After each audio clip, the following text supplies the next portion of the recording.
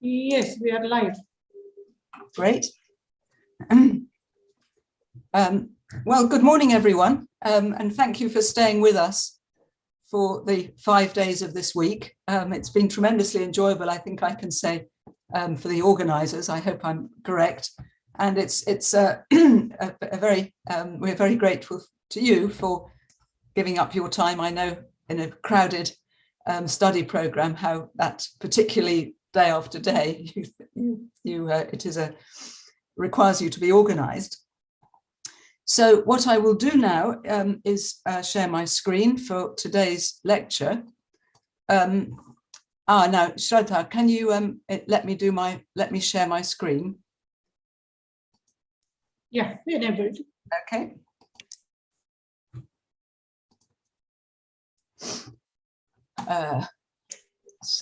And you can see it. Yep, and my slideshow. Here we are. Now, this is today's topic, as you will all know, and looking through the notes that I made on your applications, I see that a good half dozen of you, maybe more, are actually working on aspects of Dalit history directly. So some are working on Dalit poetry, some on Dalit settlements, some on questions about translation to do with Dalit literature. And there are a whole range of other most interesting topics. And so particularly if you haven't yet joined the discussion, it would be wonderful if we could have your input. So looking forward very much to hearing from you. So reading Dalit life stories. So today we're looking more directly at the genre of literature itself. Now, of course, you must forgive me if I say some things that are obvious to you. Partly these are things that help me as I try to focus on something which I'm not an expert in at all, but trying to make sense of it in relation to the historical issues that we've been discussing. So very obviously, Dalit life stories is a complex genre. All Dalit life writing blends dramatic personal material, vivid, sometimes very troubling stories of caste oppression within local communities, historical memory of political organization stretching back to colonial times, the time of Phule, the time of Ambedkar. Dalit life writing includes many different social and religious settings and memories, some of which are just terrible, some of which are private memories of some enjoyment and happiness and fellow feeling. So a very complex body of writing. I think we would all agree in saying that Dalit writing in general has done more than anything else since the emergence of the Marathi novel in colonial times. Dalit writing has done more than anything else to enrich and diversify Marathi literature.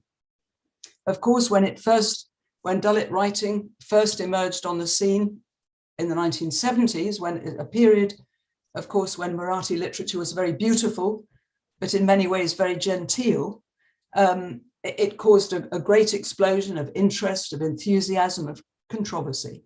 But now I think there's a consensus that at the global level, Dalit writing of all kinds represents an enormous literary achievement. Post-colonialism, the post-colonial perspective, has been helpful here. In the realm of literature, of course, what the post-colonial perspective tells us is that there isn't any universal canon, as used to be thought.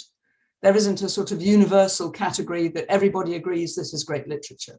Those days are gone, and we recognize great literature, that great literature comes in many diverse forms and many languages.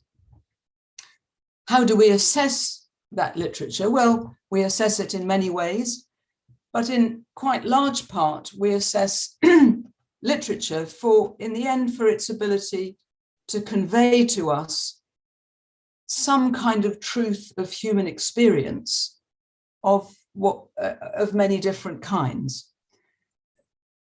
Things in particular which open for the reader a window onto worlds that otherwise they may never see or have even a small understanding.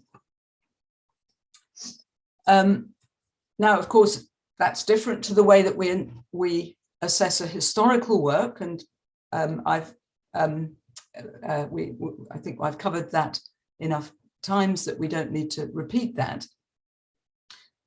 Of course, for any reader, the genre of Dalit life story presents an enormous challenge.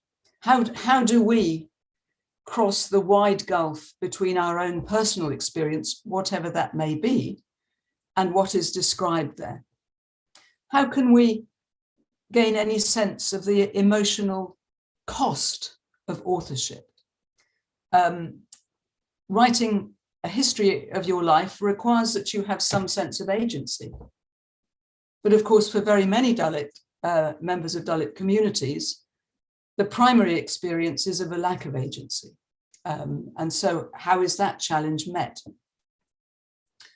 Dalit life stories are also very different, excuse me, are also very different from one another.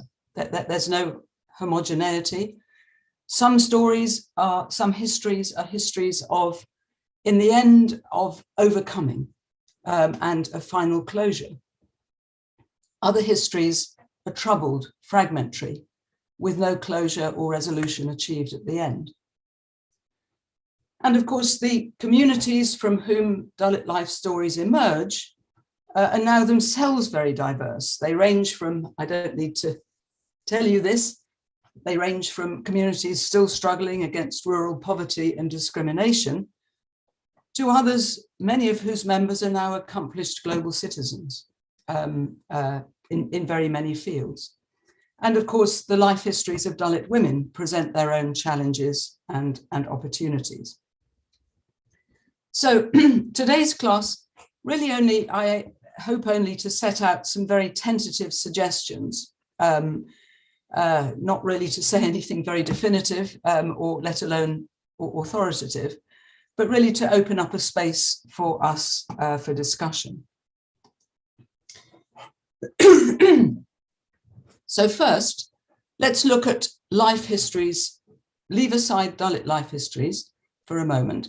Let's look at life histories themselves as a genre of literature. As you all know, they come in many different forms: diaries, collections of letters, memoirs, family histories, biographies. In recent years, of course, digital forms. But a life history, and this touches on the point made yesterday about what's the difference between a life history and a memoir. A life history is something quite specific. I think it's useful to think about the difference. What's the difference between a life history and a personal diary?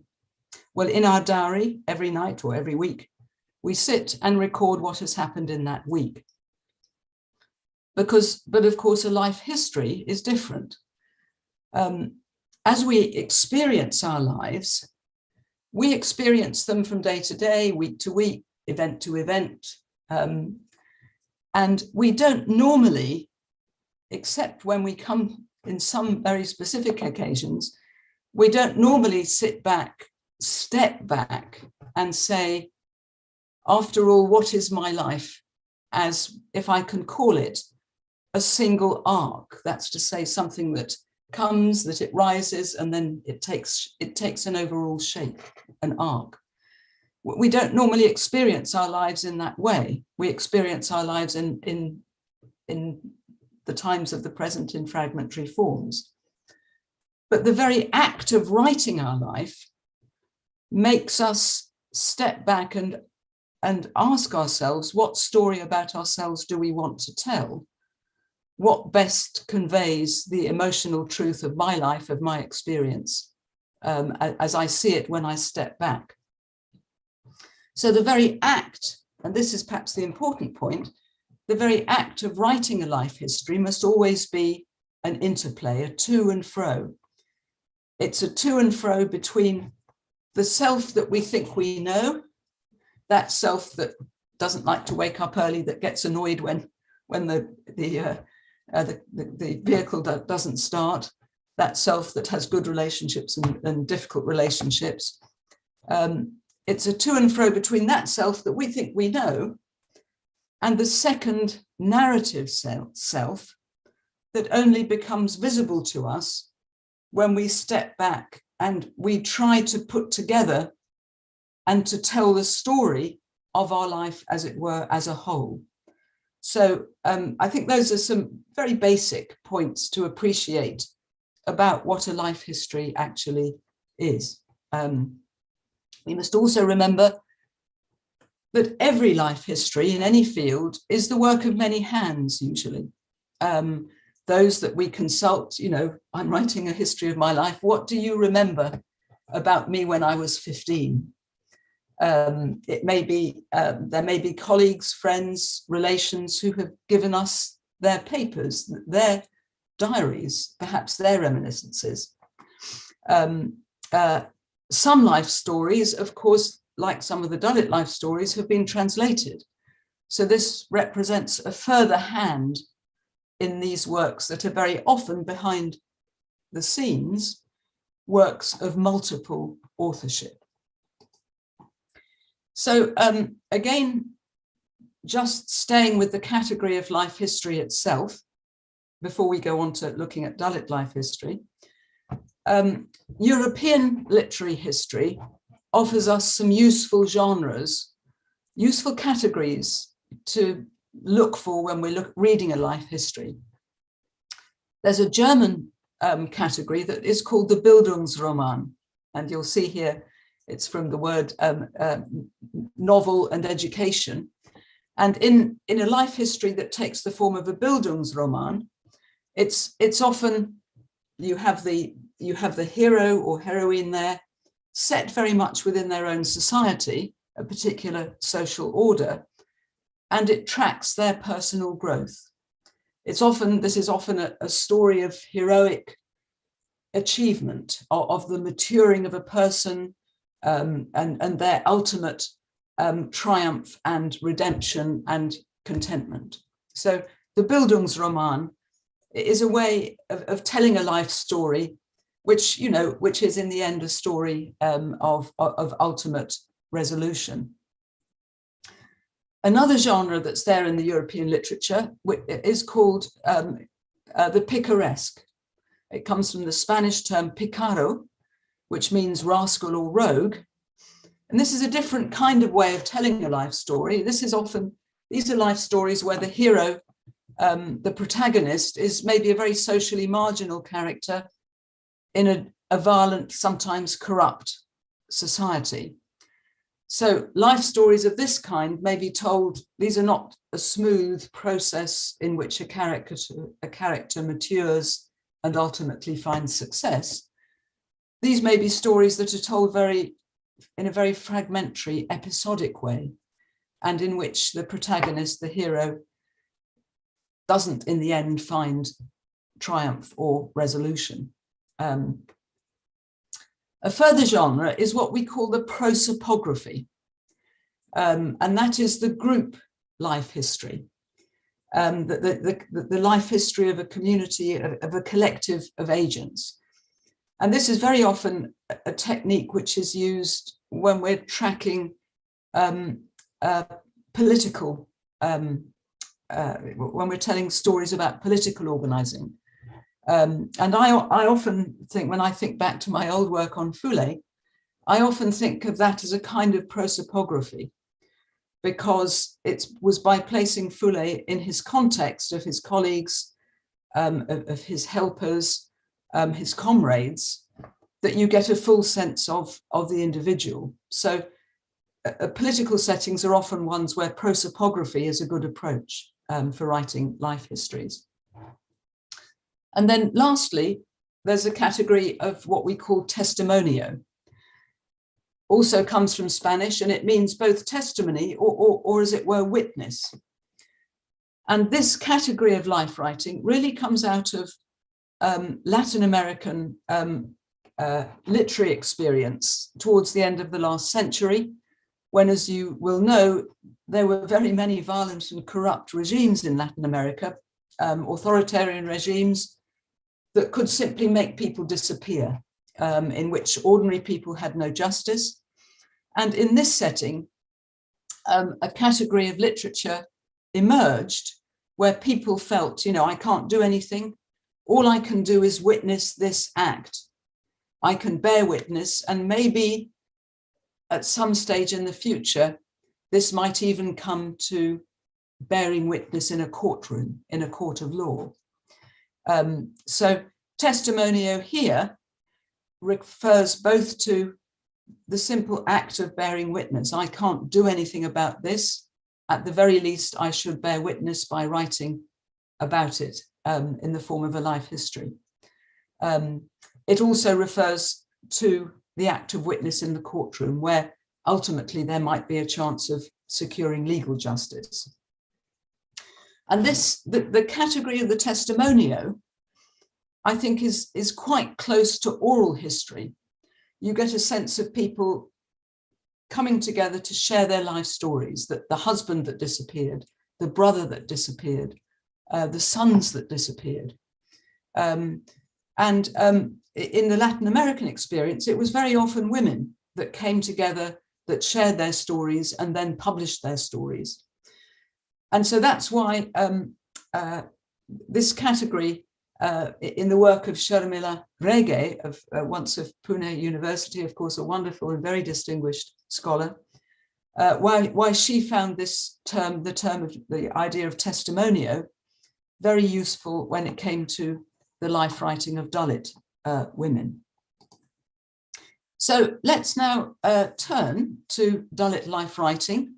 And I just want to take you through some of the major points that Gyan Pandey makes in the very good article I hope some of you, all of you will have read about Dalit life writing. So he makes the point, obviously, that we need to look beyond the usual conventions, that Dalit life writing is different. And some of the points he makes for us are that Dalit life writing focuses on experience of deep personal humiliation and disgust at the circumstances so many are forced to experience. And this, I think, has very few parallels outside Black history. Pandey also points out the presence of the body in Dalit life writing. It's there in the laboring Dalit body, bent under its burdens of toil, soiled by the degrading work. It's a social body marked by caste, a body that's pushed to the social margins in the school, the tea shop, the market, housing, the water tap. In more modern settings of the office, the caste of the body is there,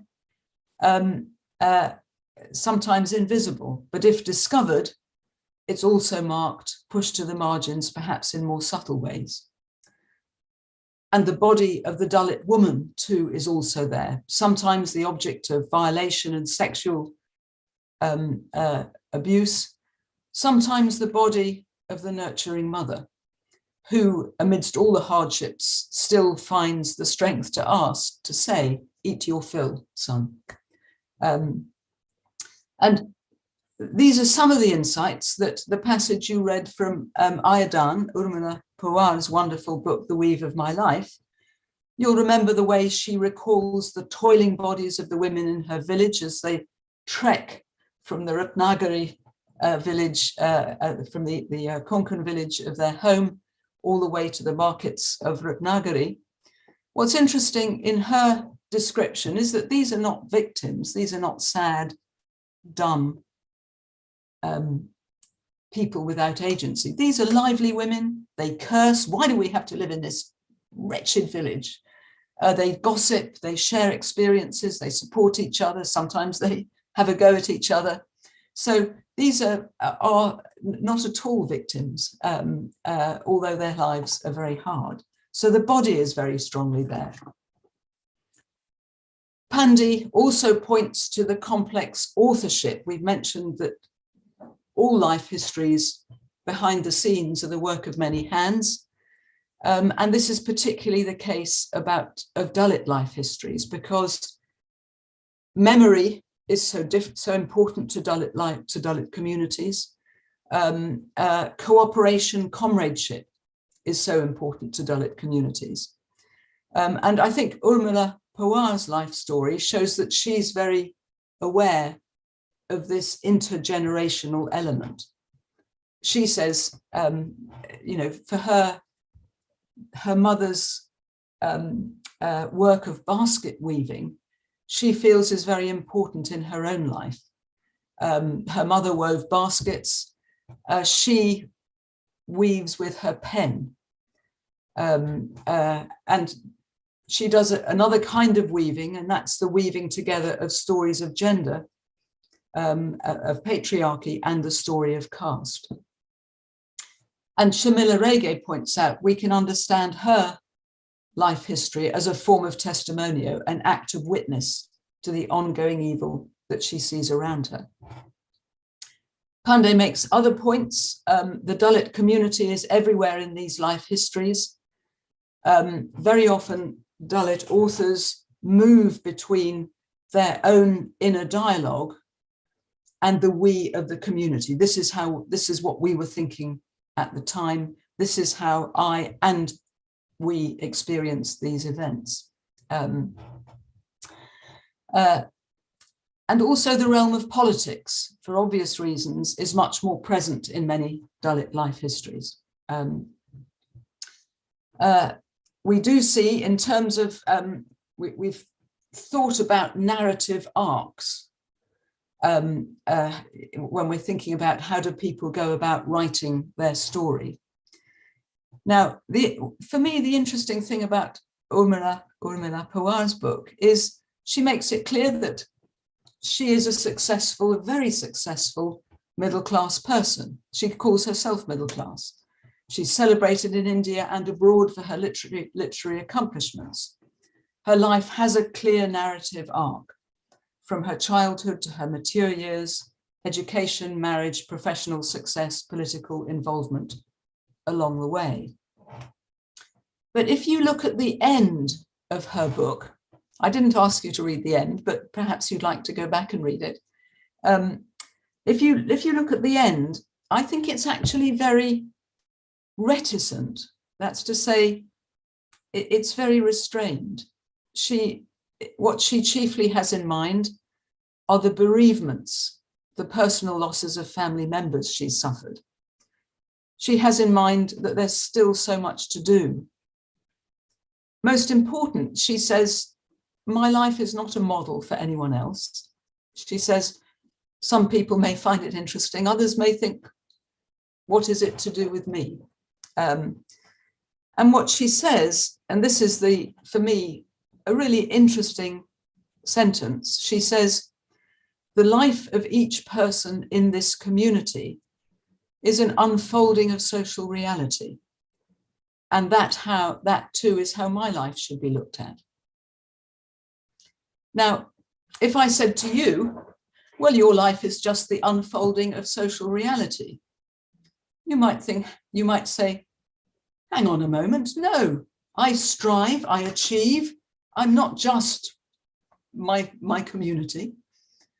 But she is saying that her life, that's how she thinks her life is. It's just social reality unfolding.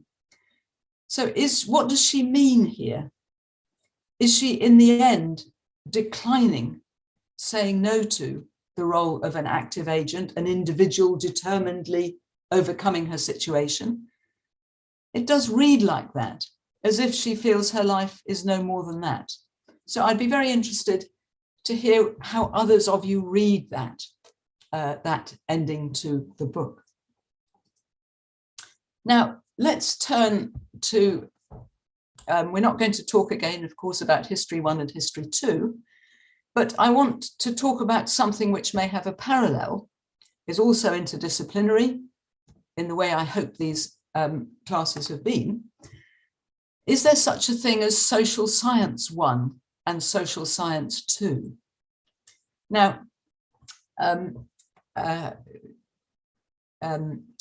essay by MSS Pandian that I've asked you to read, and the essay, I think, by Gopal Guru that I think I asked you to read, his essay in 2002, there's a very interesting discussion there, I think. No, I didn't ask you to read Gopal Guru's essay because it's well described in Pandian's work. Now, Gopal Guru made this very important intervention. Of course, you'll know Gopal Guru as a great scholar of the Dalit history, an enormously accomplished activist and public intellectual. And he made his argument in this article was that Dalit should strive for greater Dalit authors should strive for greater theoretical sophistication in the social sciences. You know, it was fine to write all this wonderful poetry, these wonderful life histories, these wonderful novels, but it wasn't enough. If Dalit activists hoped to grapple effectively with past, they needed a better grasp of social theory. Now, what's interesting about Pandian is Pandian, of course, you will know, again, no longer with us, but a wonderful anthropologist, historian of South India. Pandian, interestingly, disagrees with Gopal Guru here. And he asks us to look again at this very well-known feature of Dalit life writing, which is there in the excerpts that you read. And that is what Pandian calls radical empiricism. And I think what he means by that is he's talking about the way in which Dalit writings are filled with descriptions of the everyday. That's to say, empirical descriptions, just practical, factual accounts. But he calls it radical empiricism. And the argument here, as you will have seen, is that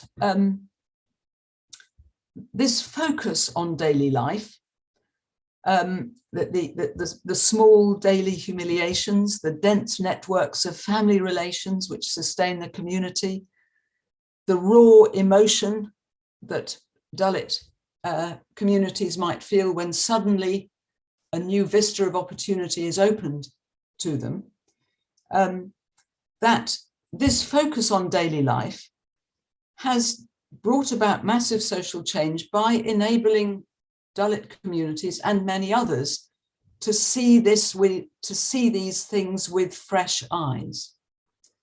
Part of the problem is that so many of us simply see these as it's very regrettable, but that is how things are. We hope it will change, but this is the familiar, the same story, daily told, daily experienced, that we know.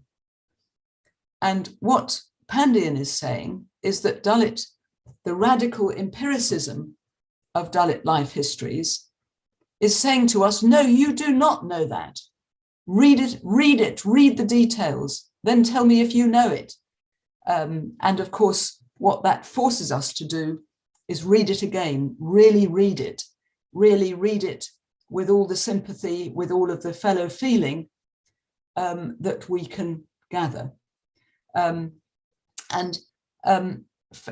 for what Pandian suggests is that this act of writing and of reading really enables Dalit communities to look again at what has been for them normal and realize that it is anything but normal. And with that realization, to come to reimagine the realm of politics as a space that they might find new identities, new forms of agency. So, so really what he's saying is that the practical, all that practical information in Dalit life histories isn't a kind of a nice literary thing or a lot of stories, however moving and painful. These also have this very direct political significance because they strip away the veneer of the normal and tell the reader, as well as Dalit readers, other readers, impress on the readers that this is anything but normal. Pandian also makes another very good point that Dalit life histories represent time in a very different way. When we read a Dalit life, when we read any life history, normally we think, well, of course, a chronology will be in there. Time will move along. There'll be the childhood and then the growing up, and then there'll be the years of maturity. But the way in which many Dalit life histories treat time is not like that. Many Dalit life histories have a dimension because the experience of caste doesn't change, in which life itself seems to be trapped in a moment of time, in a moment of backward-looking, unmovable tradition. So the way that Dalit life histories tackle this, Pandian points out, is to use time to narrate time in all sorts of other ways. Many life histories move forward and backward through time as a way of breaking up that heavy, unchanging weight of caste as it is experienced. So some Dalit life histories are told as collections of fragments. Others move backwards and forwards through time in the way that, for example, the passage I suggested you read in Daya Powar's Bulute.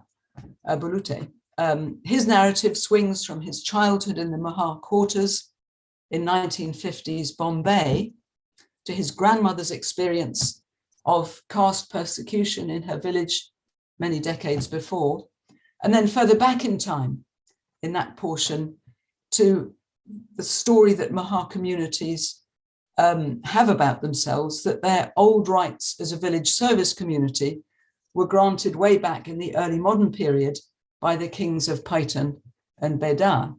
So there's a very interesting play there with time. Again, it's a play with time that we saw in some of the Baka histories, but here deployed in a very different way. So Pandian's overall argument that all this vivid narrative detail of the Dalit lives as experience isn't a sort of liability which should be played down in favor of greater theorization. Rather, it's something which brings home the true horror of caste practices, particularly around the body. It takes away their everyday quality. It wakes us up. And this really forces open a moral and political space for debate. It puts the burden of caste onto the reader. And particularly, of course, many readers of Dalit life histories are middle-class elites.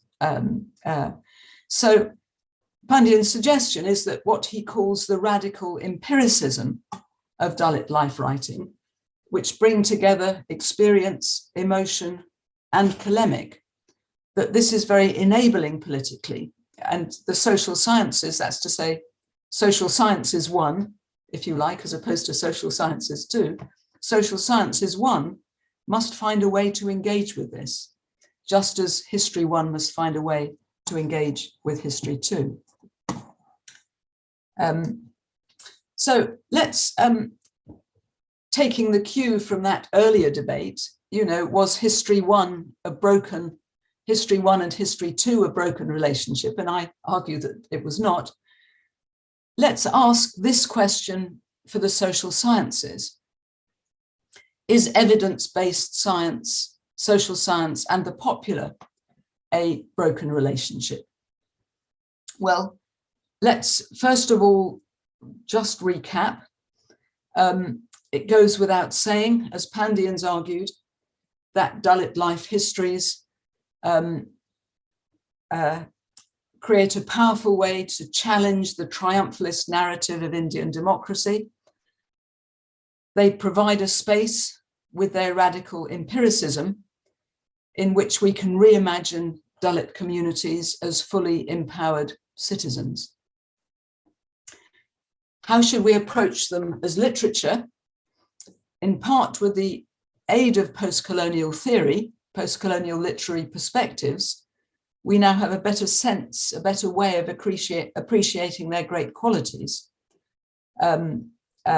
Their effective use of detail and immediacy, the finesse with which they convey experience, the skill with which women writers are able to tell their experience of navigating between gender, between caste and gender forms of patriarchy. But what about the relationship between the two? I think here,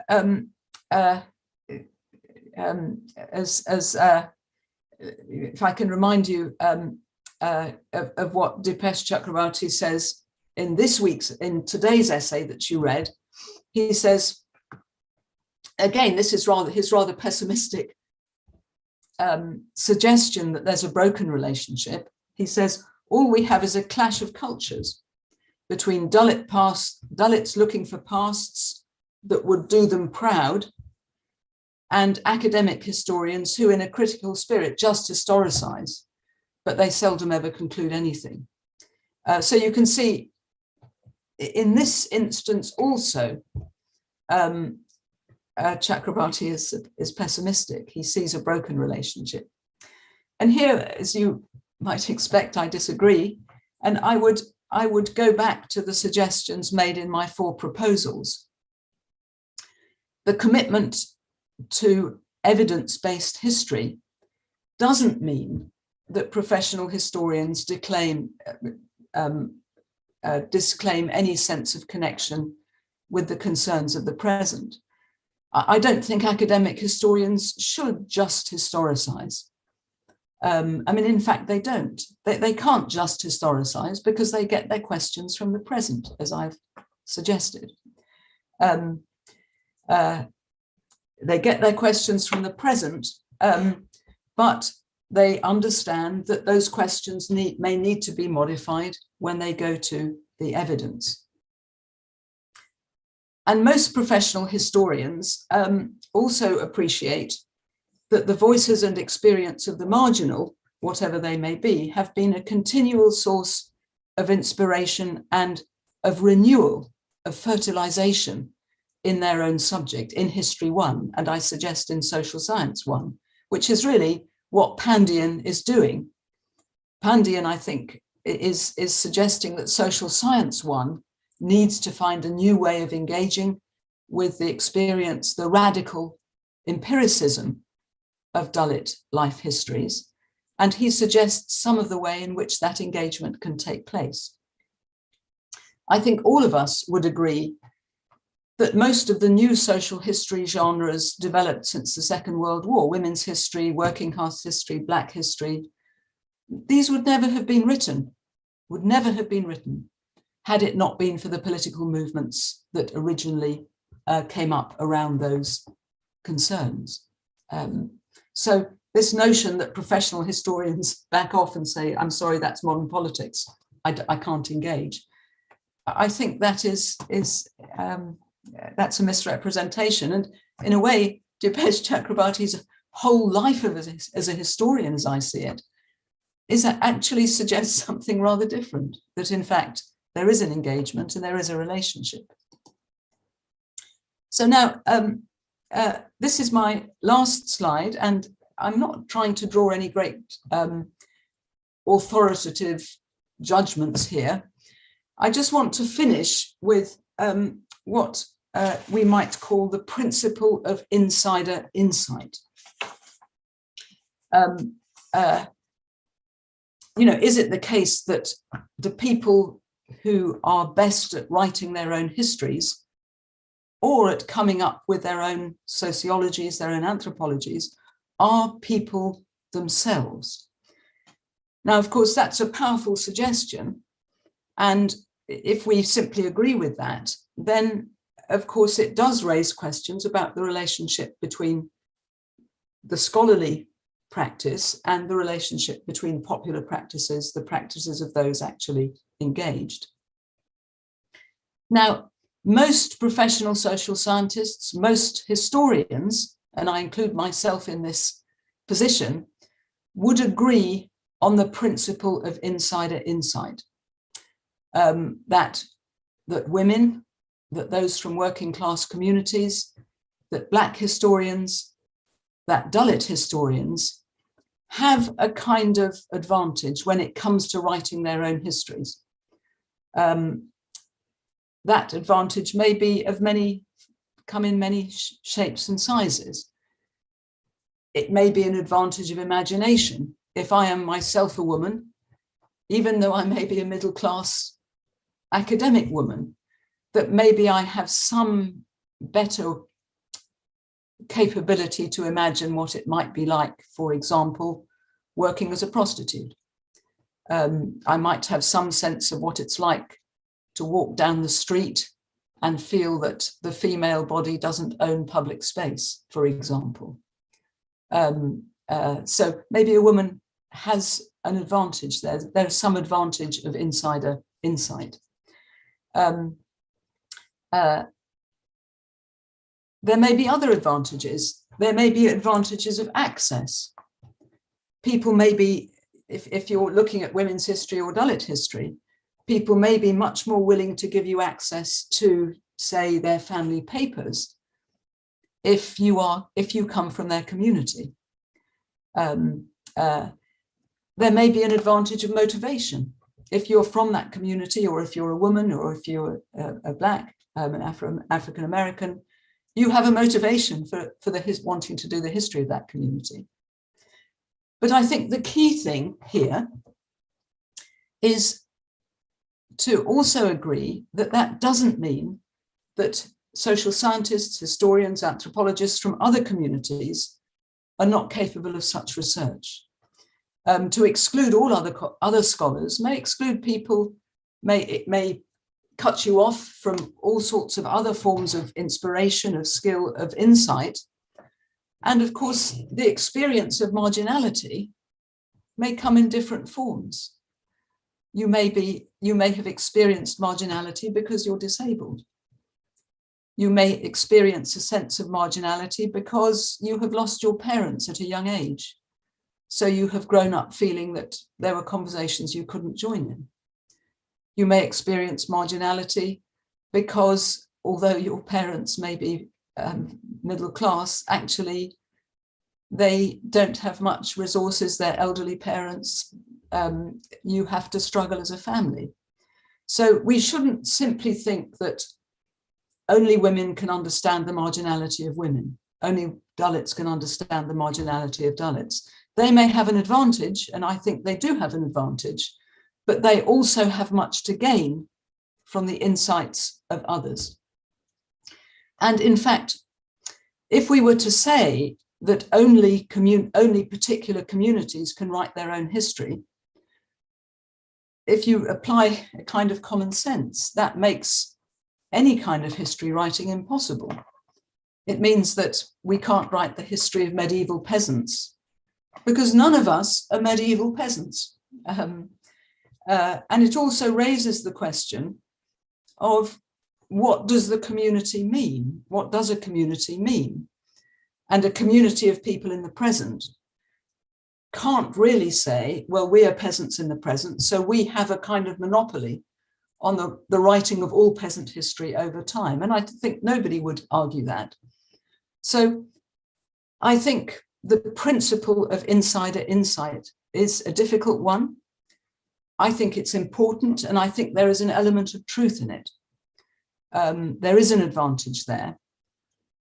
But what I'd also say is that if you are an insider trying to write a form of history 1 or social science 1 or anthropology 1, if I can use those categories still, that doesn't free you from the disciplinary obligations that I've spoken about, from the obligation to look at specific events, to test your questions against the evidence, whether that be archival or oral or interviews or literature, whatever it might be.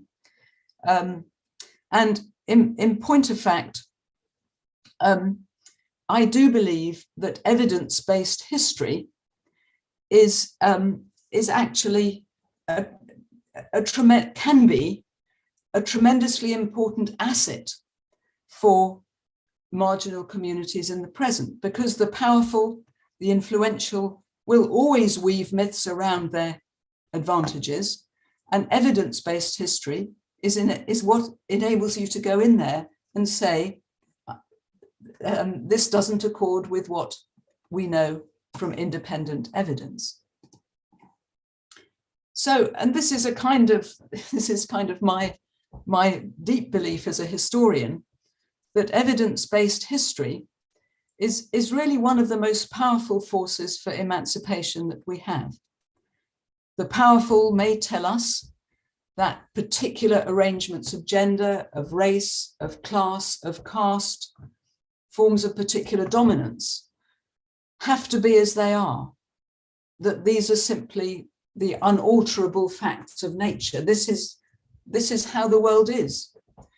But we can point out in return that if you look back over the historical record, there is no limit to the diversity with which human societies have organized their affairs, and the fact that every structure of power, that there is no structure of power, no empire, no order of institutional power, no gender-related form of power, which is permanent, which is unalterable. All things pass. And so I think that is a very inspiring way of thinking about history. But in order to be able to do that, we have to keep hold of those disciplinary elements of history 1, because if we don't keep hold of those, then we lose the ability to say those things, to make those assertions. My own personal position is that whilst the agendas of history 1 and history 2, or indeed social science 1 and social science 2, those agendas are different. But there is still an enormous amount that each can take from, each can benefit from, can learn from each other's work. And in fact, this is, when I think of the liveliness of spheres of public debate in India, although many of them are very troubling and difficult and make life problematic in all sorts of ways, at the same time, this very conflictual relationship to me is a sign of vitality and health. It's not a reason to despair. It means that there is possibility, there are possibilities of engagement, possibilities, as I've said, and really tried to emphasize through these lectures, possibilities of conversation, of listening and learning on both sides. So those are my kind of takes, and I've tried now to circle back to some of the points from other lectures. So I'll stop sharing my screen now and invite questions from you. So I do hope that some of you who are working on Dalit matters will want to contribute. And I hope that those who haven't yet found a chance or felt moved to join the conversation may want to do so. So please, chat box, and of course I include our YouTube participants in the invitation. I don't know your research fields, and it may very well be that some of you listening via YouTube are also working on Dalit questions about Dalit literature or politics, and please do contribute via the chat box yourselves. So let us take questions, observations, and so on. Shraddha, madam. जे मराठीत बोलते हा बोला. तेव्हा आपण भाषांतर एक minute त्याच्या नंतर भाषांतर करा माझ्यासाठी. जेव्हा आपण जन्माने दलित नसतो आणि आपण दलितांचा अभ्यास करतो तेव्हा आपल्या नकळत काही बायसेस पूर्वग्रह असू शकतात. हे पूर्वग्रह उलट्या दिशेचे पण असू शकतात की नको बाबा आपण असं काही निगेटिव्ह बोलू नये किंवा यामुळे लोकांना काय वाटेल, किंवा उलटे सुद्धा की आपली आधीपासूनचं अपब्रिंगिंग असं आहे की आपल्याला वेगळ्या दृष्टीने पाहायची सवय असते. तर हे अभ्यासकांनी कसं टाळावं? How to avoid that? So I understood some of that, Shraddha. Can you just translate for me? As a person who's born in a non-Dalit background, sometimes we tend to have too much of positive bias. Like you don't want to say anything that will hurt the sentiments of the people that you are studying. And sometimes it is the other way around, because you are born in a specific setup with certain values. You tend to have a negative bias as well. So how does a researcher avoid those biases? Well, the first step is to acknowledge those biases, to understand that, we all of us, if we all of us want to share our conversations in ways which may be helpful to Dalit scholars, to Dalit students. We may be tempted to romanticize their struggles. We may find aspects of what we see, perhaps questions of gender relationships or other things. We may hesitate, and I think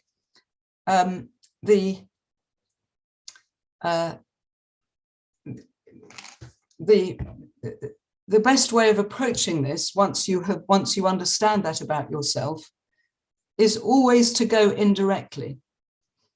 So is always to think, well, what in my resources, what can I offer? Because this person, this scholar, doesn't just want my admiration. They don't need my admiration, and they certainly don't want my disapproval. So what in my resources can I offer? Am I a social scientist? Am I an anthropologist? Am I a historian? Am I a literary person? And so what you do is you say, well, that's a very interesting, what you described about, say, if you were to take the Maha belief that their service rights were issued by the sultans of Bedar.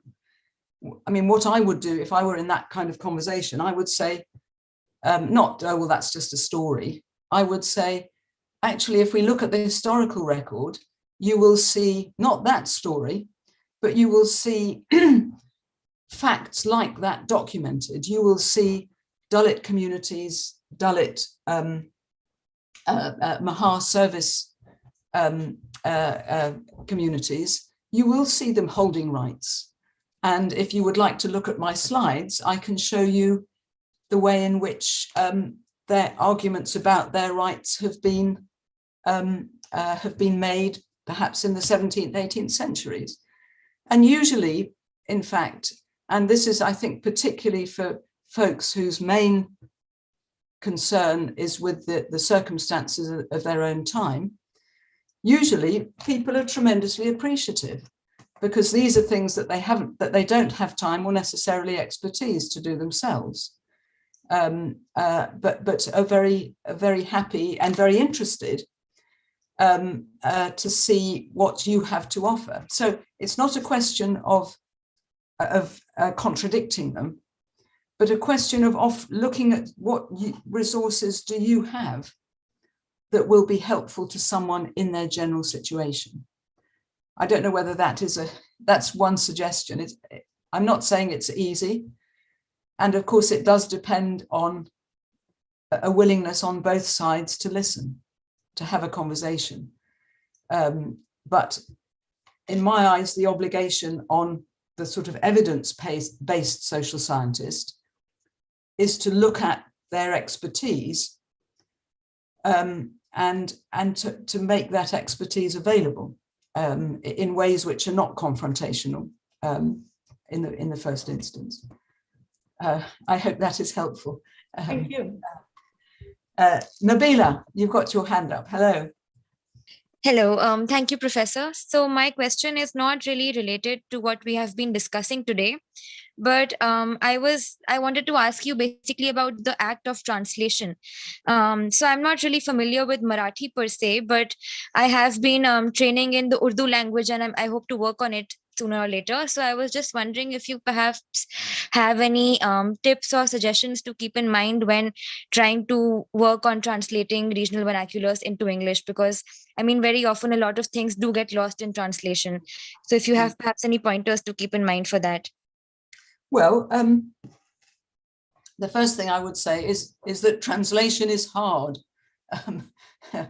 You know, I've been talking about the commonalities between History 1 and History 2, Social Science 1 and Social Science 2. One thing that on the whole, History 2 doesn't do, because people don't have time, is learn to read languages which are not theirs, learn to read languages that maybe nobody really reads anymore, or very few people know how to read. And so this is the kind of service this is the kind of effort that those in History 1, Anthropology 1, etc. do, because we have time, because it's our job. And those are things that we can put at the service of people, of our colleagues, our friends, who have more present day agendas.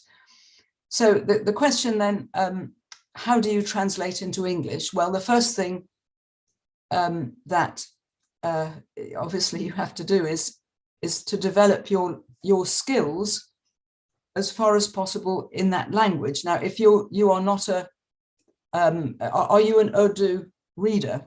Are you a fluent Urdu speaker, did you say, or are you learning? I've been actually learning since 2016, so I can read and write fluently. It's only my speaking that is a little weak, because even though it's almost a native tongue for me, I don't really use it in social interaction very often. So that part, Well, slightly lacking. Yeah, well, but otherwise I'm very familiar with it. I'm in the same boat. I read Marathi very fluently, but because I get so few opportunities to talk, my spoken Marathi is very poor. Anyway, so let me also ask, what era is the text that you're trying to translate? Is it a present day text? Actually, I am not working on translating anything at the moment. I'm only simply training in Urdu reading, writing, and speaking. I was only asking for future purposes. Yeah, well, I mean, obviously, a lot depends on the era. If it's in the present day, then that has one set of challenges. If it's some past text, then you may need to be looking at phrases that are archaic, or situations which you think, I need to know more about that.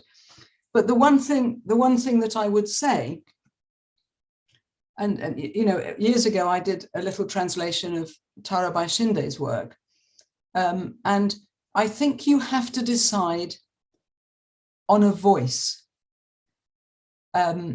So there is no way that you can simply be that person in another language. You have imaginatively to decide, what voice do I think this person would have spoken in? What voice might she have written in? And then you have to imagine that voice. And particularly if the work is of many pages, that voice has to be a consistent voice. So I think that's what I'd say is, and it's perhaps a surprising thing, but that is the mediating role of the translator. You have to, that person has no voice in the language that you're trying to render, the language that you're trying to translate into. They don't have a voice in that language. So you have to give them one, in a way, according to what you understand of their lives and the text and the language that they have used in their own tongue. What are the equivalents? What would be the nearest possible plausible voice that you can give it in the language that you're translating into? So the act of translation is an imaginative act, as well as an act which involves grammar and vocabulary and a flowing literary style, if you see what I mean. Does that help, Nabila? Most definitely. Thank you so much. Okay. Let's come now to a question in the chat box from Bapu Rao. Hello again, Bapu. Bapu Rao. Let me just read this. I do have a comment. Anyone can write. Yep. Madam, that is online YouTube comment. Oh, that's a YouTube comment. Right. Okay. Of course, it's Jyoti Diwakar. I do apologize. Jyoti, let me come back to you. Well, that we should share a part of their royalties. Well, you're absolutely right. If you are doing, if as an author, as a literary person, you have built your career on the writings of Dalits or other marginalized communities, you should share your royalties. Now, it is the case that some academics do enter into kind of supportive, promoting, I won't say charitable because it's not an act of charity, it's the acknowledgement of an obligation. Many academics, I think, do try, it may not be monetary, although in some cases it is monetary. They may give their time, but I wholly agree with you, Jyoti. If you have made your career on the writings of or tracking the lives of people in the present day who are in difficulty, you should look for ways of making some contribution. I agree with you. So thank you for that important insight. Nadi Palshika, there is always the fear that I might be saying something wrong. This is in this era of extreme sensitivity about the way in which people talk to each other, about the way in which identities are described.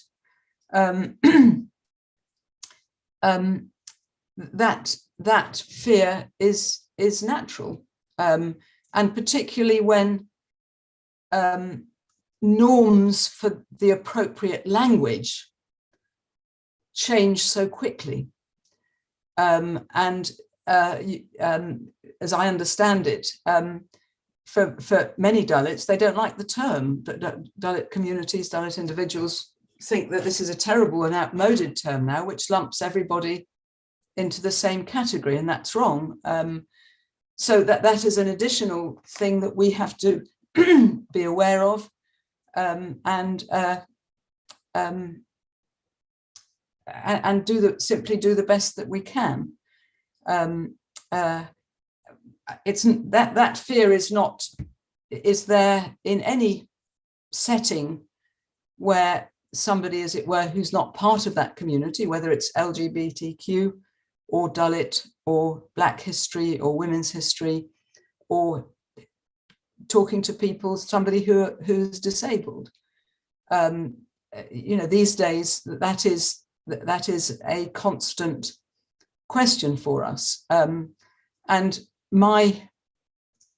I think the only suggestion I can make is that if you feel that if you can anticipate a situation in which you are maybe having to address someone that you don't know well, and you are uncertain of that culture, you do the courtesy of asking, how do you like to be addressed? May I ask? I apologize for, I should know, but I don't want to make a mistake. So please, may I ask? So I think if you're at all uncertain, then that is the way to approach it. You don't want to assume, and you don't want to patronize. So it's there's no magic answer there, Nadia Polshika. But thank you very much for that question. Now I'm just looking, Shraddha, having a look. Is there anyone that hasn't asked a question that we've got lining up? Harshita. Aparajita hasn't asked a question. Acha, Aparajita, please ask your question. Thank you for joining. Thank you, Professor. I don't have a question per se, but it's more of a thought that has arisen after today's lecture of yours. So when you were discussing Dr. Pandyan's idea of radical empiricism, I kind of was forced to juxtapose it in my mind to with Professor Guru's this idea of the empirical Shudra and the theoretical Brahmin. I mean, while I do see the sense in Professor Pandyan's idea that there is a moral worth in and a potential, a great potential in the radical empiricism of just stating the everydayness of humiliation and the reduction into sheer dirt. And this in fact has contributed in shattering the sanitized and aesthetic public sphere in that sense. However, what at least in literature, the kind of translations we've discussed, Urmila Pawar's Aidan here, and at least for people who belong to the community, a lot of the arc and the tropes, the idioms, the form in which the language is formulated, where it is, there is a certain kind of hyperlocal dialect of language used. It's not a revelation or not a discovery. It has been part of their own experiences also. The historical memory that is carried in these texts, while it does give a sense to people belonging to the history, but it also has that much an effect to it. And what one observes is for the readership that is outside of the community, there is a sort of a voyeurism that that emerges, and which then goes on to raise the question to how far does this radical empiricism in itself stand. And then I believe that probably what I kind of tend to veer towards Professor Guru's idea that we need to invest in thought, and also taking on to what you said, that if theory is not helping you, then it's just good to just chuck it. But one really also needs to put in some sort of an investment in thought to arrive upon a certain kind of universal ideas. And probably I would also go on to think of what Dr. Gajendra Nayadure makes a case of, critical anti-caste studies, where caste itself has to be made into a moral, untenable moral center in that sense. It's just more of a thought, and I would like to hear your comments upon it. Thank you. And I hope I wasn't too long and winding. No. Thank you very much for sharing that, Aparajit, and a very useful and a valuable set of suggestions. I mean, I think Pandyan is not saying that that people from marginalized communities shouldn't invest time and effort in developing social scientific critiques. What I think all he's trying to do is point out that that the accumulation of the radical empiricism side of things has its value and its worth. I don't think he's saying we have to choose between them at all. Don't forget, just bear in mind that he's responding to that one article. I think the other thing that I would say is, and here I am speculating, and I don't know, but for you say, after all, what do members of Dalit communities in the present, what do they learn from all this detail? They know it, but I think two things. One is learning how very widespread and all of the different forms that those forms of discrimination, of dearth, of deprivation, the different forms that they take, and how many communities are basically caught up in the same trap of caste. I think it helps to create more of a sense of fellow feeling, of agency, of possibility, understanding that breadth. And also, and here I am simply guessing, I don't know, to see the histories of people just like you, to see them fated on the world stage, to see them take their place at the very forefront of Marathi literature, does that not create a feeling of hopefulness, a feeling of potential, a feeling of the possibilities of change? I often, coming to the Savitribai Phule Pune University, and I having since my very early years working on Phule, and always, every time I think of it, I think how wonderful that this young woman who showed such bravery so many years ago, and who was rewarded with a lot of criticism and hostility and hardship, that her name is now up there, that her name is so celebrated as to have one of India's premier universities named after her. And I think, and again, I hope that that women of Bahujan communities may gain some sense, some inspiration from the fact that a premier university is named after such a person, that premier universities are not just named after the great and the good, after elite men. They are named after a person just like me. I mean, I often think that, of course, this is going back a long time, the whole Namanta agitation of the 70s and 80s showed just how important the naming of things is in constructing the world that we live in. We don't think about names very often. We just think, well, a name is a name. But these names are very important in constructing our reality, even if we don't think about it very often.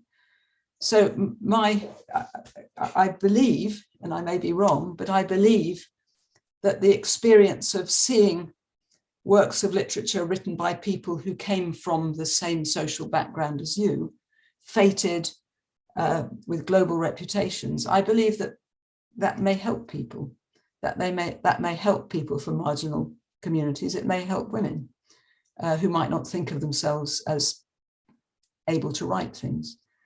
So I hope that's useful to you there. So who else should we come to now? Hasn't asked a question as yet, I think. Parth, Bola, please. Yes, so my question is has more to do with the methodological aspect that for especially for researchers who do not necessarily belong to the discipline of history, but have Right. a historical component within their research. How does one move forward with some sort of a hypothesis even before one encounters the empirical material?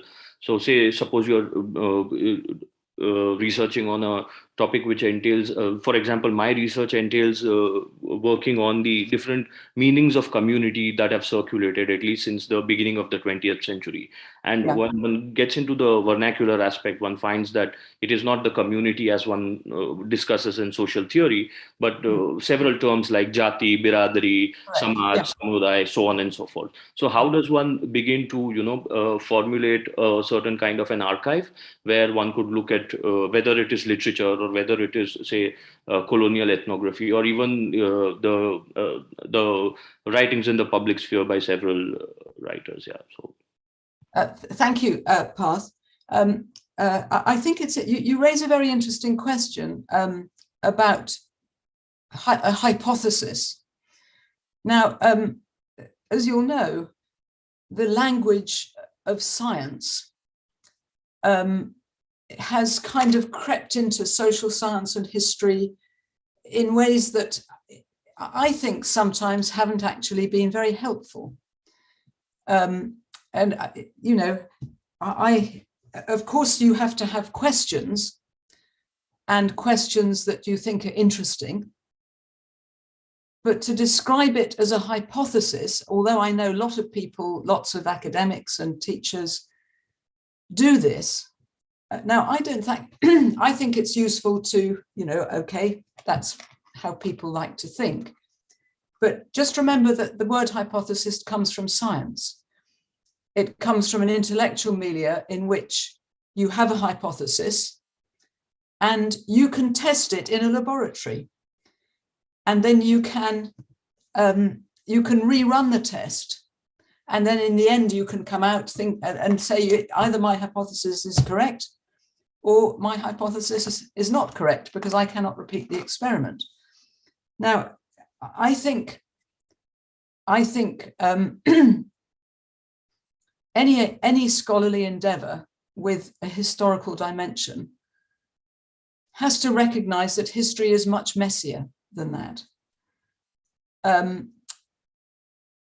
Rather than thinking of a hypothesis, I think it is better to think of a set of questions.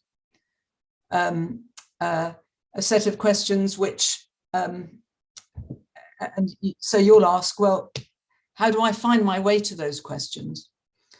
Well, you find your way to those questions by reading. So I like to think that historians arrive at their questions, what is an interesting question, by a process that you could describe as doing it again and again. So, but kind of circling round and round. The fancy word is iterative, that you go backwards and forwards. You find, you're reading a secondary source and you think, well, that's an interesting set of institutions, an interesting set of concepts. I wonder whether that might furnish me with a good topic for my thesis or my master's dissertation. So what do? You don't think, right, I've got my hypothesis, because you're not in a position to do that. You, first of all, you follow up some footnotes. I mean, I'm sure I'm telling you what you do anyway. You follow up some footnotes. This author has referred to 3 or 4 articles and perhaps a source. So you follow up those articles and you maybe look at a source or 2. And then you think, well, actually, somebody has just published a book on that actual topic. And so I need something else. Or you think, well, that is interesting, but that would mean, if I were to approach that topic, it would mean that, for example, I would really need to be able to read Urdu. Can I? Maybe you can. So then you go back to your reading, and then you go back to the questions. So you arrive at your question not by coming up with a kind of standalone hypothesis in the way that a scientist might. You evolve it. You evolve your questions, your research questions. And when you get into the archive, having sort of more or less narrowed down what you think you want to work on, it will change again then, because that is that conversation between your question and the evidence that you have to be able to do. So I don't know. I think if it were me, Parth, I would think, well, I don't find the word hypothesis is too rigid. It's not reflecting what I need to do. This iterative again and again, backwards and forwards from source to secondary source. It doesn't capture for me that element of the process. I don't know if that's helpful. Is that all right, Parth? Now, before I see we've got lots of nice hands up. Let me just see whether I see in the Devasmita, if you'll just hold off a minute, Devasmita, let me just answer Amol's question as to whether there are updated works on ancient Indian marginalized communities. I couldn't tell you one. I couldn't come up with one off the top of my head, but my guess is that I don't need to tell you anything about inscriptions, as I know that you're an expert in this area. But if you read through inscriptions, particularly inscriptions that record legal cases, that would be a very good source for histories of marginalized communities in the medieval or classical period. So that would be the kind of source. And then, but as for frameworks and methodologies, I would need to think about that, Amol, and perhaps we can chat on Zoom at some point when you have a moment. Amol is a friend of mine and from my Pune stays. So I hope to catch you at some point, Amol. Thank you very much. So who should we go to now? Harshita has been waiting a long time. Harshita, would you like to go ahead?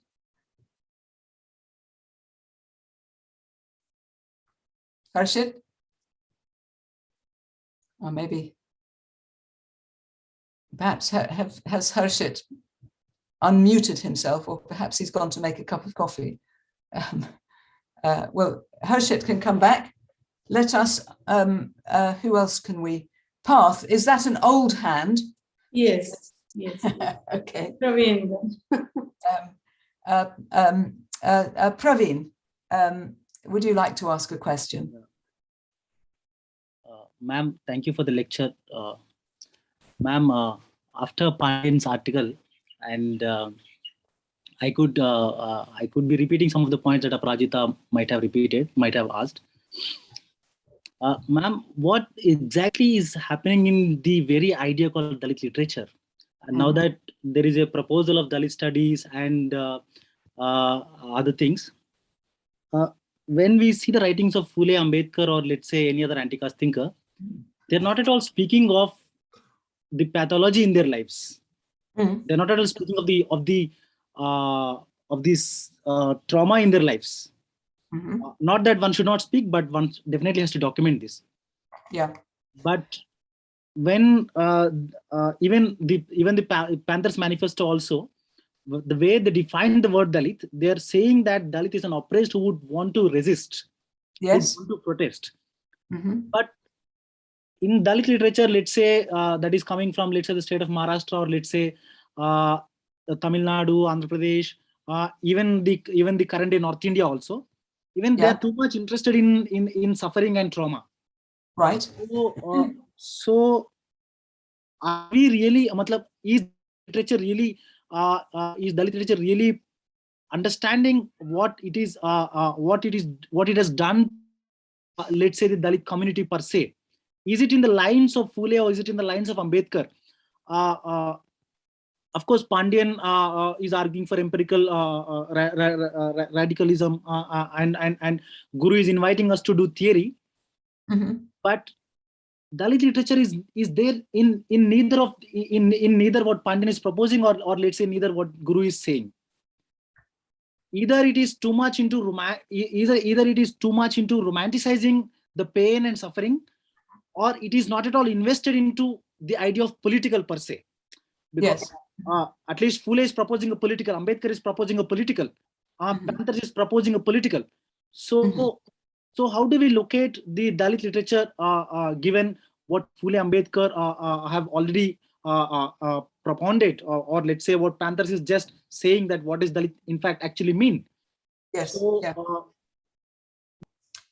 Thank you, Praveen. That's a very good question and raises a lot of important things for us to consider. I mean, I think the first thing I'd say is so many authors talking about trauma. And I think that's entirely understandable. And, you know, what one wants to try and do is to put yourself into that person's position. And for individuals, writing about it may be very helpful. It may be empowering, it may be therapeutic, it may help individuals to move to something new.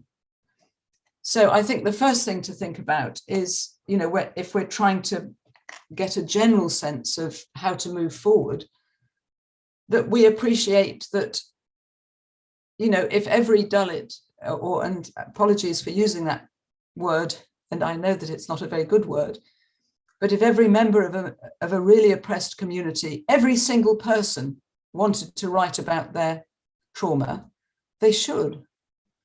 Because very often it's only writing about things, and it may be that people want to publish it, it may be that people simply want to write a diary.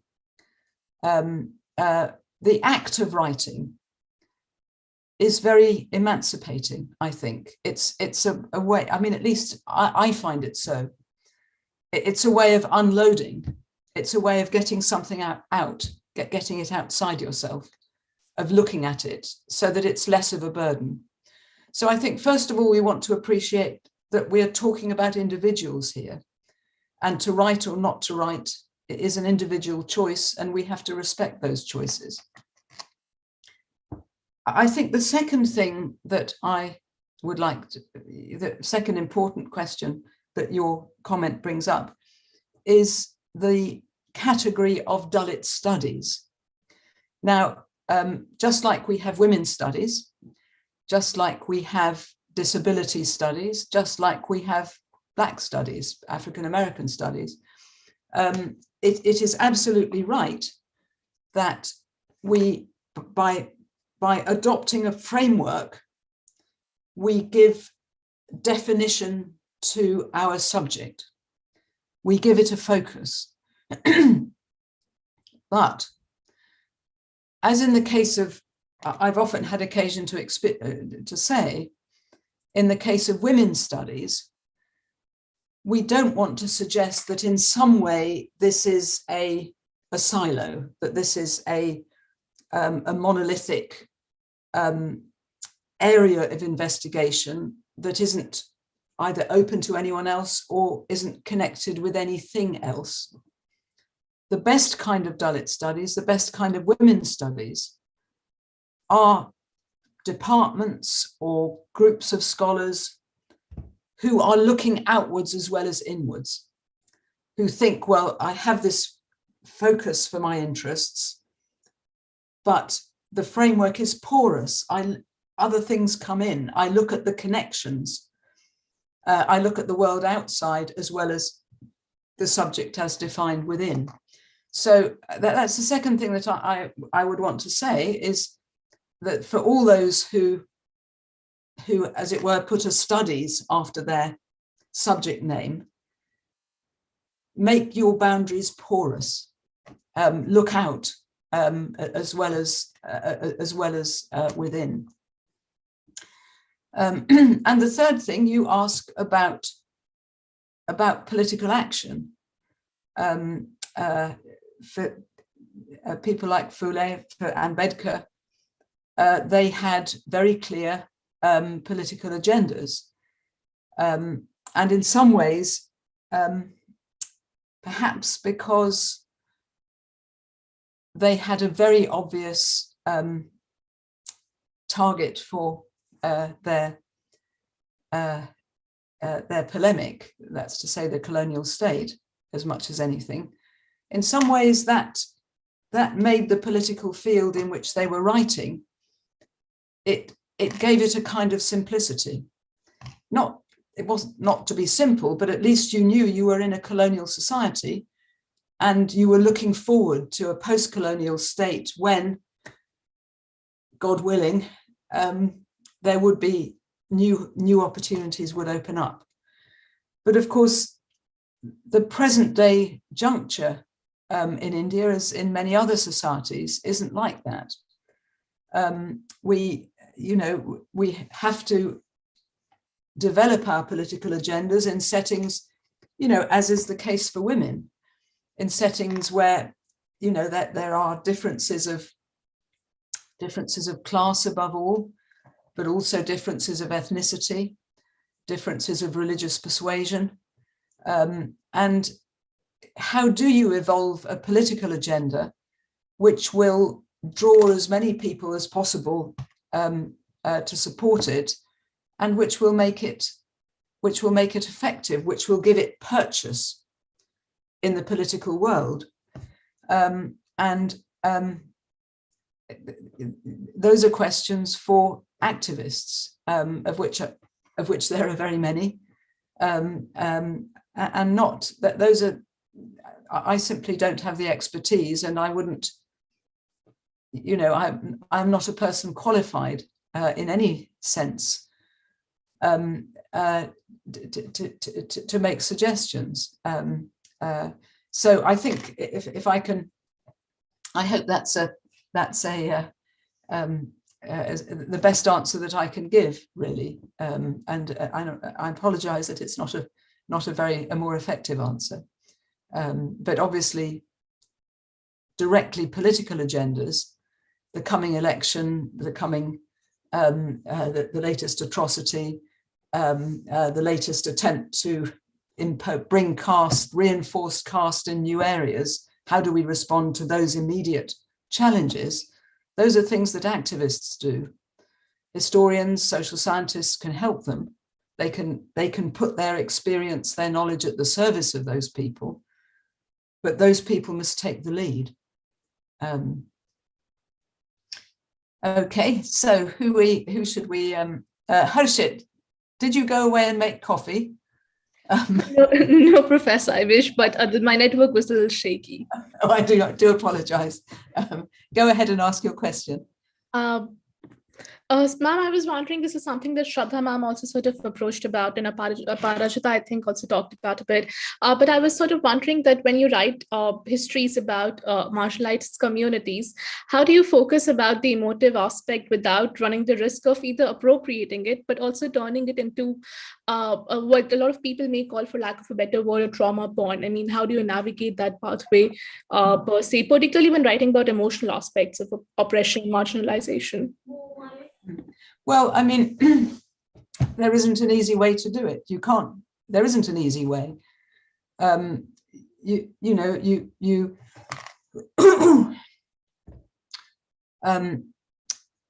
you look at the introduction to The Weave of My Life, the translator's introduction, I think that is a very good example of the way in which the traumatic parts are not dwelt on, but they are laid out there.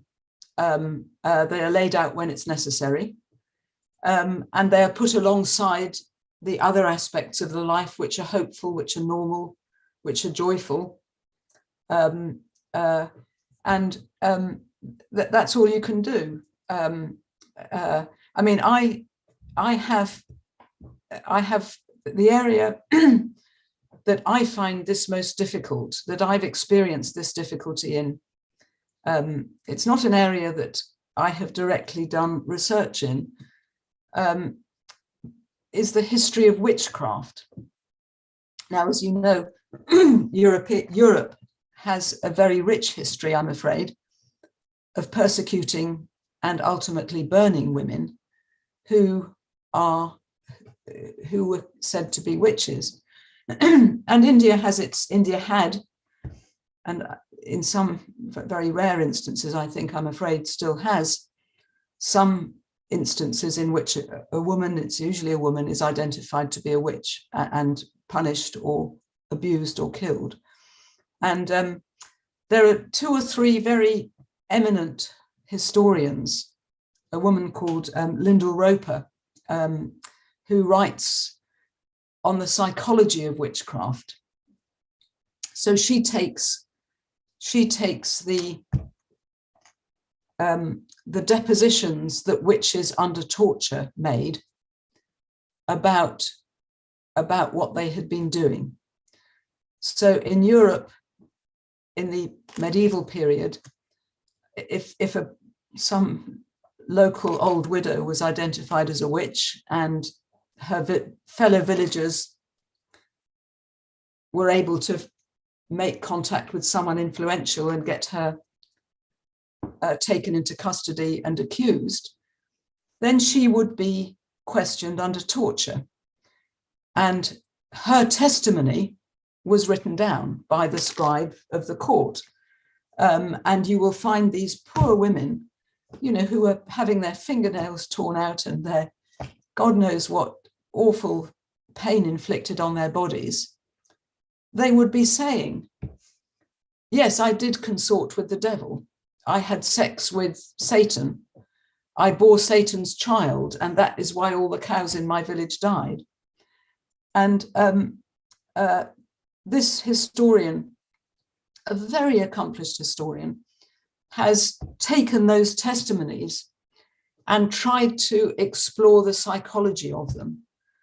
That's to say, the relationship that these tortured women seem to have built up with their with the people asking the question. They seem to be trying to say whatever the questioner wants, they feel they want to hear.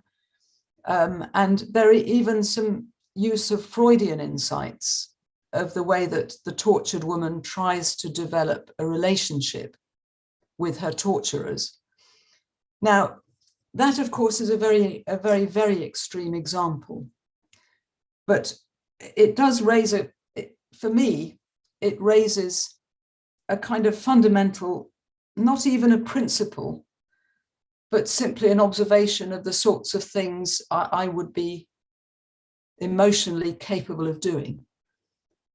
And part of me thinks I wouldn't be emotionally capable of reading those things. I also think, and this is a question, I don't know the answer to it, do we have the right to try and interpret what those poor tortured women were saying?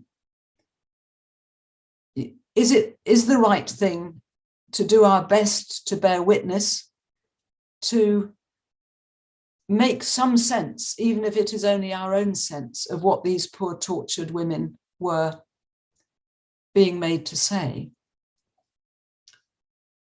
Or is the correct response that we can't do that? The only respectful thing is to acknowledge fully that these things took place, and to admit that we cannot, there is no meaningful way in which we can interpret the testimony of tortured women. And so, I mean, as I say, that's a very extreme case. And it's the case where I have personally found, I mean, I've never thought to work on the history of witches, although occasionally there are witch trials, as you'll know, in the history of Maharashtra. It's just you run up against your limits as a historian, the limits of what you feel capable of investigating.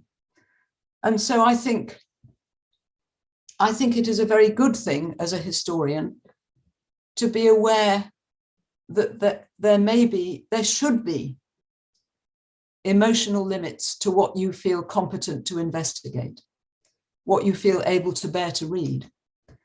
And so I think, you know, although these are very extreme cases, of course, many of the sufferings of the traumas of Dalit people are very extreme. And I think there are the same ethical issues there. And I think the only answer we can give is a personal view and a consciousness of what our own emotional limits as a historian are. Because of course, as a historian, we have emotions. We can't escape them. It's good that we have them. So I don't know, Harsha, whether that is a helpful answer. Let us, if that's all right. Thank you, ma'am. Just a question, ma'am. Could you just repeat the name of the historian whose work you sort of on? Her name is Lyndall, Lyndal, Roper, Roper. Thank you so much, ma'am. Thank you so much. She is an absolutely wonderful historian. I mean, there is another category of writing like this, and I think she has contributed to it, or other women have. And that is the history of medieval women saints who we now recognize were probably suffering from eating disorders, from very, very severe anorexia, who were starving themselves. And at the time, contemporaries at the time, and many of these were 15, 16, 17, contemporaries at the time thought that these were saintly women. Look, they live on air. You know, God allows them to exist without any nutrition, maybe a little sip of water. And if you read the history of these lives, you read between the lines, what you realize that these young children were suffering was very, very severe eating disorders. And that again is a topic that I think the Lyndall Roper has also written about that topic. If you Google holy anorexia, you will find references to people historians who have written that. But I could not emotionally, I could not engage with that. It's just a recognition that emotionally one has limits with what you can competently, professionally and respectfully engage with. So anyway, thank you, Harsha. Now, who else has been waiting now?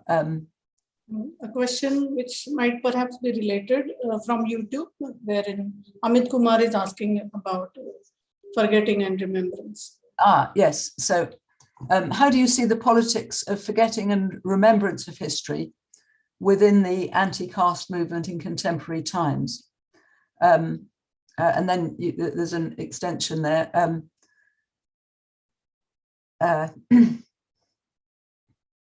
Well, so Amit, forgetting and remembrance are two different things. But you take this term remembrance, and of course, remembrance is different from remembering. Remembrance is in a way, part of our contemporary culture. It's the institutionalized remembering of things, whether it's remembrance of victims of war, or whether it's the annual remembrance of people who have gone before, who have achieved great things, like Ambedkar himself. And so, of course, wherever you have remembrance, that's to say institutionalized memory, in which political decisions are made over what to highlight, how to do it, where to do it, who to include. Should the atmosphere be somber, sad, angry, triumphant? So remembrance as an institutionalized way of remembering brings into question a whole set of issues which we often don't think about. We often think remembrance, well, okay, it's Ambedkar Jayanti again. Well, we all know what that involves, and that's great. Well, let's go out and enjoy it and celebrate.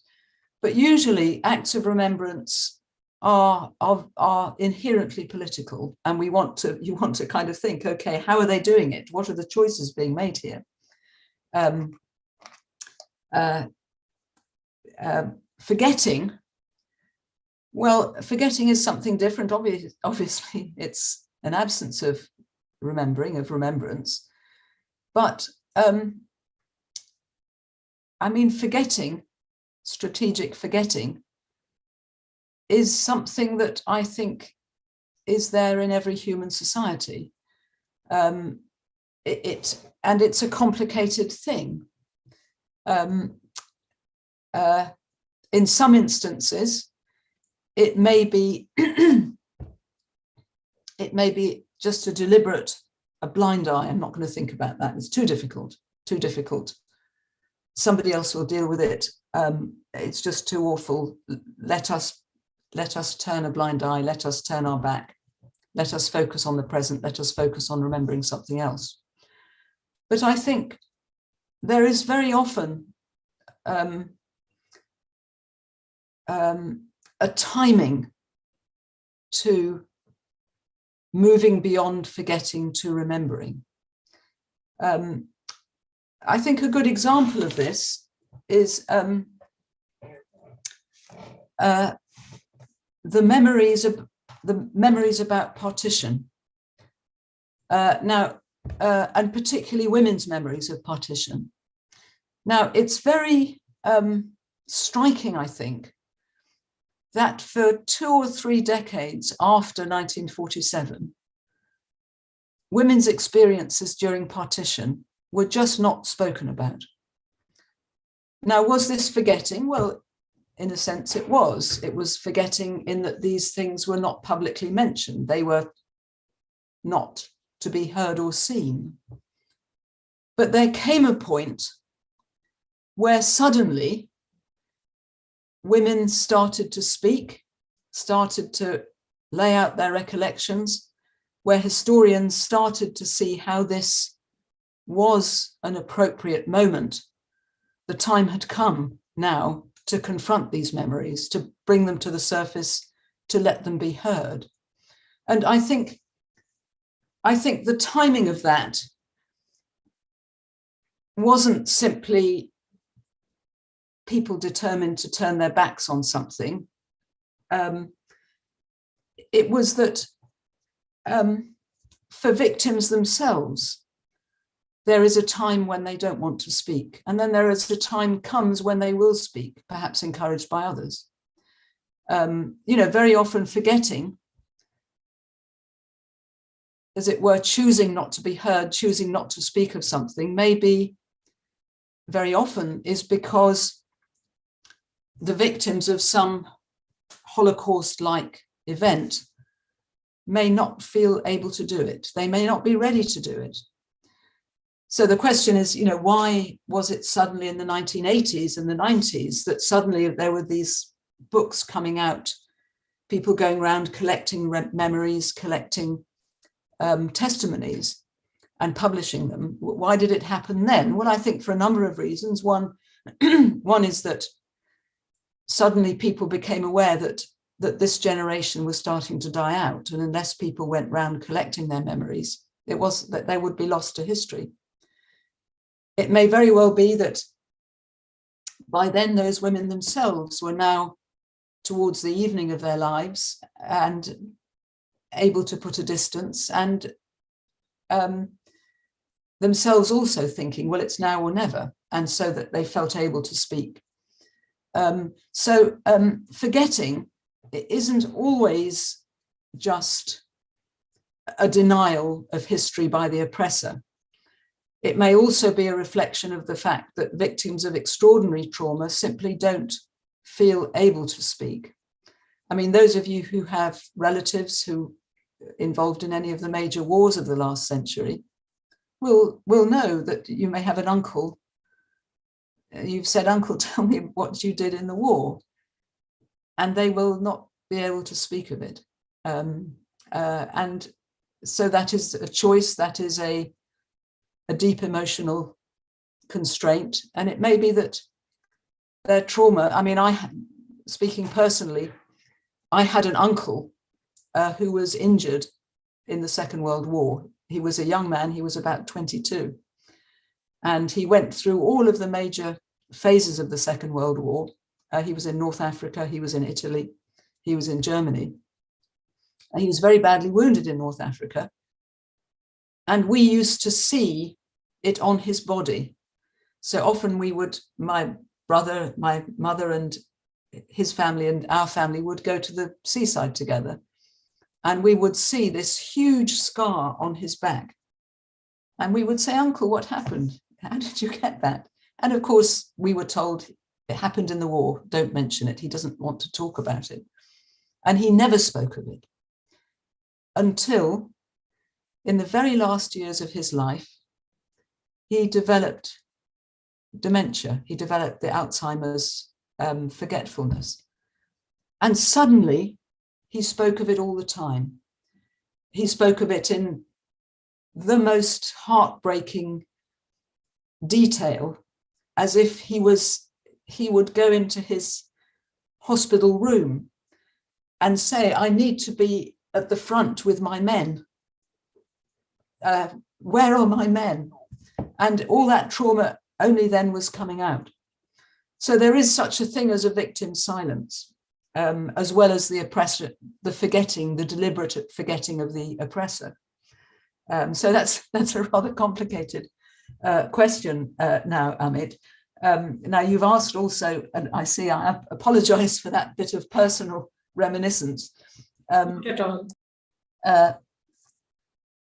So yeah, I mean the BSP, they talk about anti-caste icons, but I'm not sure, is your comment that perhaps that you would have liked some other way, some other approach there, Amit? I don't know whether you can hear me. Please, if you can, type it in the chat box and I'll endeavour to take it up. Now, I'm just aware, everybody, that we don't have very much more time. What I wanted to do towards the end of the session was really just to sort of throw discussion open if anybody had questions about the course as a whole that they wanted to ask, or questions about anything else about their historical interests, their literary interests. I'd be very happy to hear from you. Davis, Mita and Anne-Marie, if you don't mind, if we park your questions for a bit, because we've been able to hear from you once or twice, and it may be that there isn't anyone who wants to raise anything more general, raise any questions that the discussion hasn't opened a possibility for. Thank you, Anne-Marie.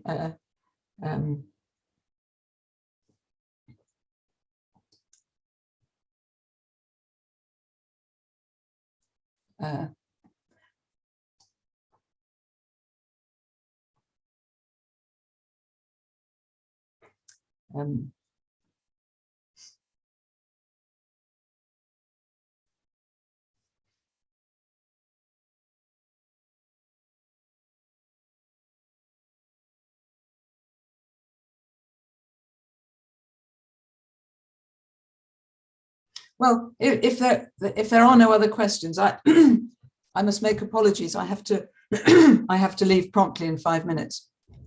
Let me quickly invite Devasmita to say something. You've been waiting very patiently. Please do go ahead.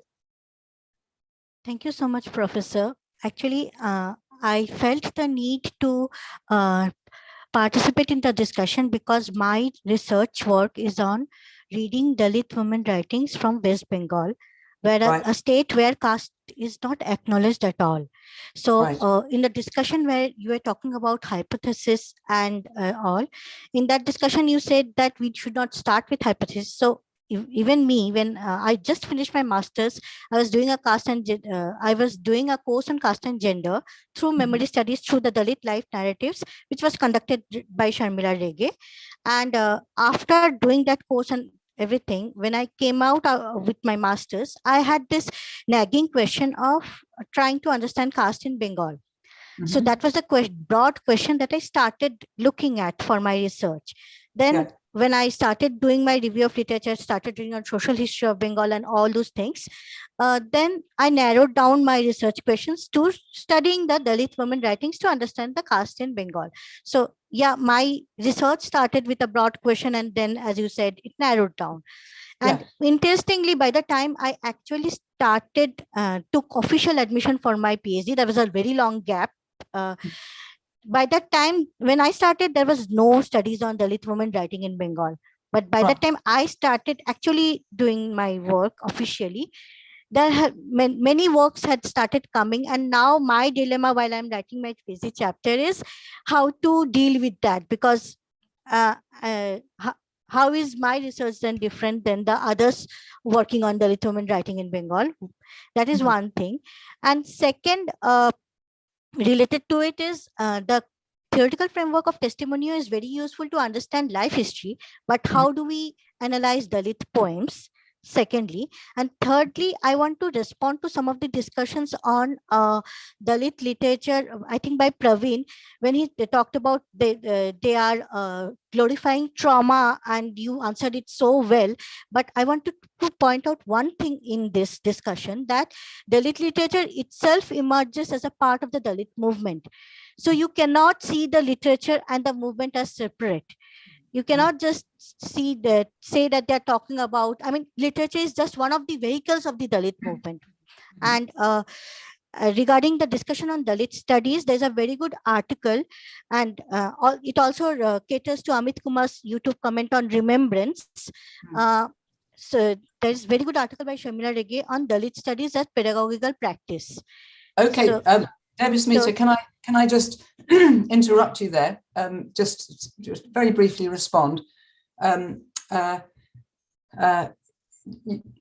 What you've described about how you developed your question, you may want to call it a hypothesis, you may want to call it a question, but I'm glad that seemed to work for you. But now you're left with this, you're left with a question about how to formulate your own subject. And all I can say is follow your instinct. Is you need to read through a lot of that material until something strikes a chord. And very often, and this is a kind of slightly controversial thing to say, but I find a very good way of working out your own approach is to find somebody that you disagree with. It is to find an approach that you think, well, actually, that doesn't sit well with me. I find that's just not how I'm seeing it or how I'm feeling it. and use that as a kind of, as a starting point. What is the reason for that sense that one thing works and the other thing doesn't? As for the question, literature versus politics, of course, in a narrow sense, literature can't be politics. We want to be transported by literature. The transporting may make for politics. The two are different, but they overlap, and they need to be aware of their connection. So I hope that we can think of a conversation between the two, rather than thinking this has to take priority or that has to take priority. It depends on context, it depends on timing. Okay, chaps. Now, I'm afraid I must run simply because I have somewhere else I have to be in a couple of minutes. But on behalf of myself, I would like to thank you all, both those of you on YouTube and those of you on Zoom, very much indeed for really enjoyable discussions. And I am so grateful to you for giving up your time, and I have learned an enormous amount. And I hope in some form or other we might find ways of continuing some online discussions. We may as well take advantage of the new world in which we live, in which we do a lot of things remotely as well as in person. And Shraddha and Rajeshwari and your helpers behind the scenes. I know you've had several today, Bapu Rao and Tukaram, and there were others yesterday and the day before. Please may I give my very warmest thanks to you as well. None of this would have been possible. This was all your idea, all your making. All I had to do was turn up. And so, Shraddha, please pass my warm thanks on to Rajeshwari and your other colleagues in the department who have helped. Thank you, Professor O'Hanlon. It's been such a privilege to listen to you, to be allowed to speak with you on equal terms, which is not something that happens very regularly. So let me place on record my sincere thanks, not only on my behalf as a researcher, a fellow traveler perhaps, but also as the head of the Department of History, also part of the Center for Social Study, Social Sciences and Humanities, the interdisciplinary school thing. Professor Rajeshwari Deshpande was the one who initiated the whole idea, and as we discussed yesterday, the university authorities completely supported this. Let me also place on record our sincere thanks, and I'm sure Professor O'Hanlon will join me in this. Our sincere thanks to Mr. Avadhut Dongre for his translation, the splendid translation that he sent across to Professor O'Hanlon, and then made the, it was a dream thing for us to. It was a dream of a translation. In fact, I read these Marathi slides that, of course, were my English translated into Marathi, and I thought, this man understands my voice. So I was particularly grateful to Mr. Dongre for that. Okay, Shraddha, we'll be in touch. May I please encourage any of you that would like to email me with a question. I will get back to you. Shraddha has my email address, or you can find it on Oxford University's Oriental Studies website. These are conversations I'm always keen to pursue, and let us hope that we can do this again at some time. Yes. Greetings to all of you. Bolat Rao, Professor O'Hanlon. Let the conversations continue.